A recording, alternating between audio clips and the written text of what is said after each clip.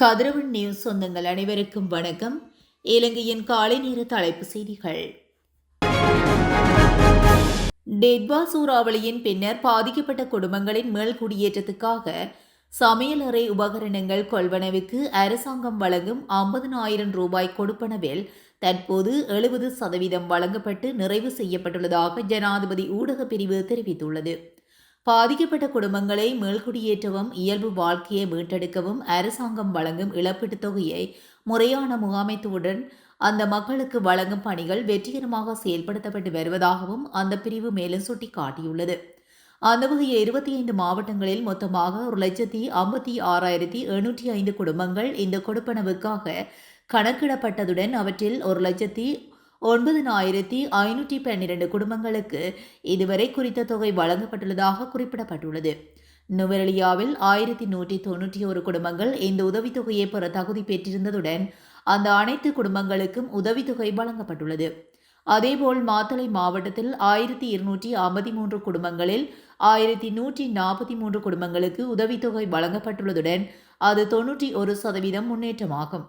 கண்டி மாவட்டத்தில் 8,409 குடும்பங்களில் 7,083 குடும்பங்களுக்கு உதவித்தொகை வழங்கப்பட்டுள்ள நிலையில் அது 84% முன்னேற்றமாகும் என குறிப்பிடப்பட்டுள்ளது. அத்துடன் காலி, மாத்தரை, ஹமாந்தோட்டை, யாழ்ப்பாணம், வவுனியா, கிளிநொச்சி, அம்பாறை, பதுளை மற்றும் மொனராகலை ஆகிய மாவட்டங்களில் 50,000 ரூபாய் கொடுப்பனவு வழங்க கணக்கிடப்பட்ட அனைத்து குடும்பங்களுக்கும் வழங்கி நிறைவு செய்யப்பட்டுள்ளதாக தெரிவிக்கப்பட்டுள்ளது.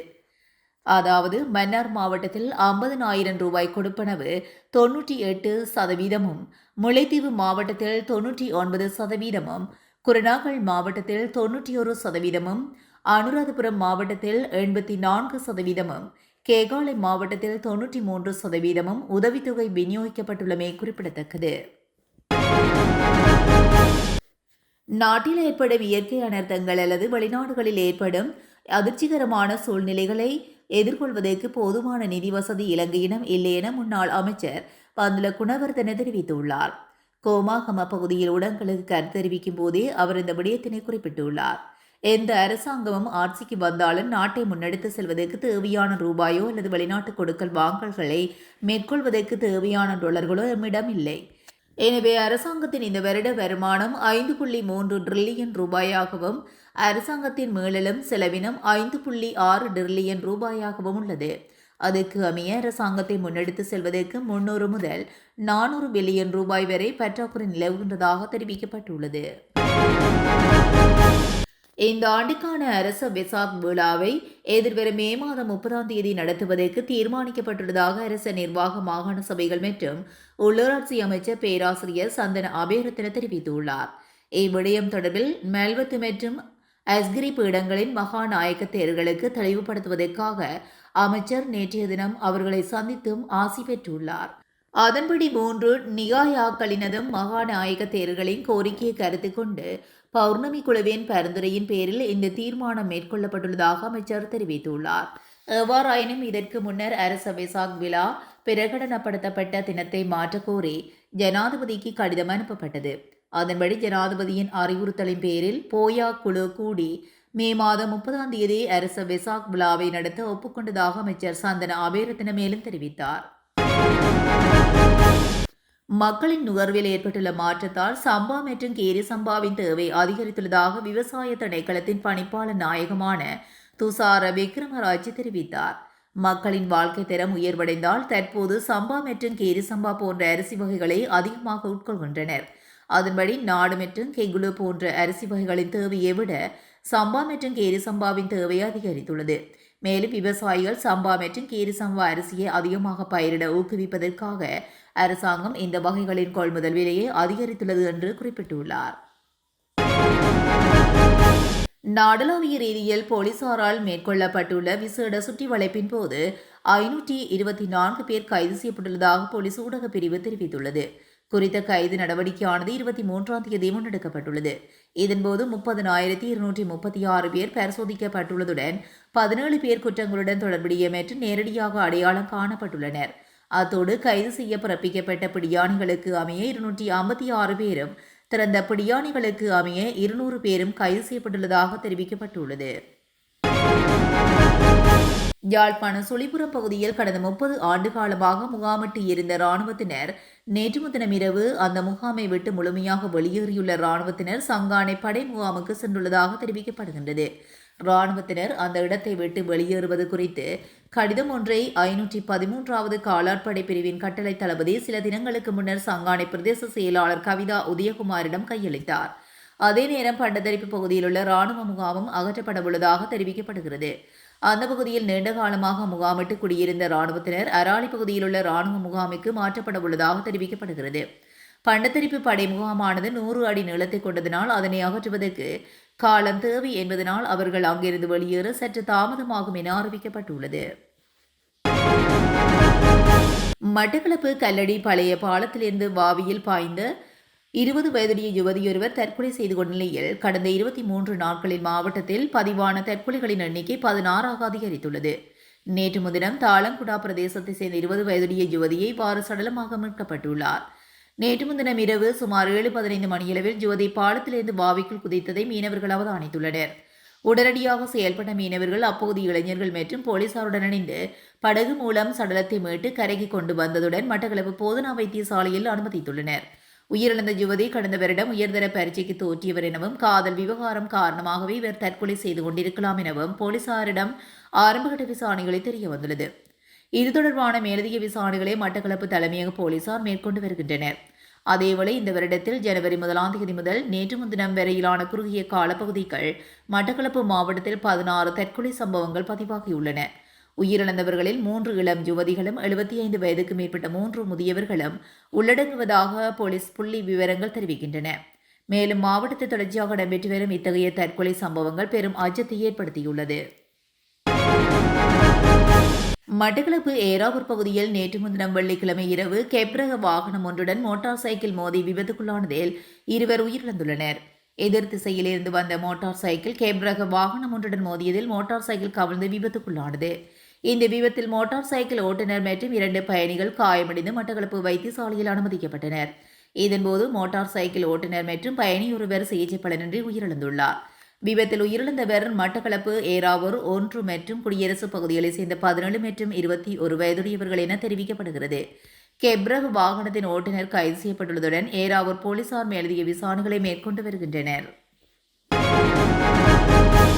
அம்பாறை நிந்தவூர் பகுதியில் கடந்த 5 மாதமாக நடைபெற்று வந்த ஆபாச நடவடிக்கைகளில் 12 வயது சிறுமி பல்வேறு சந்தேக நபர்களால் வற்புறுத்தப்பட்டதாக போலீசார் தெரிவித்தனர்.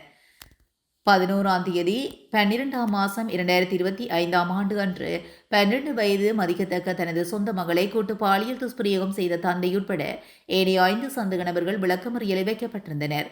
குறித்த சம்பவத்துடன் தொடர்புடைய ஏனைய தலைமறைவாகிய 3 சந்தேக நபர்களையும் போலீசார் கைது செய்து விசாரணைகளை மேற்கொண்டிருந்தனர். இதன்போது குறித்த சம்பவத்துடனான வழக்கு சமாந்தர நீதிமன்ற நீதிவான் முன்னிலையில் கடந்த தவணை நடைபெற்ற போது விளக்கமறியல் வைக்கப்பட்ட தந்தை தவிர ஏனைய 4 சந்தேக நபர்கள் ஒரு சந்தர்ப்பத்தில் அடையாள அணி வகுப்புக்கு உள்ளாக்கப்பட்டிருந்தனர். எனவே பாதிக்கப்பட்ட சிறுமி 4 சந்தேக நபர்களையும் அடையாள அணிவகுப்பில் சரியாக இனம் காட்டினார். பாதிக்கப்பட்ட 12 வயதான சிறுமி பாதுகாப்பு கருதி வெளி மாவட்டம் ஒன்றில் உள்ள சிறுவர் காப்பகம் ஒன்றில் தங்க வைக்கப்பட்டுள்ளார்.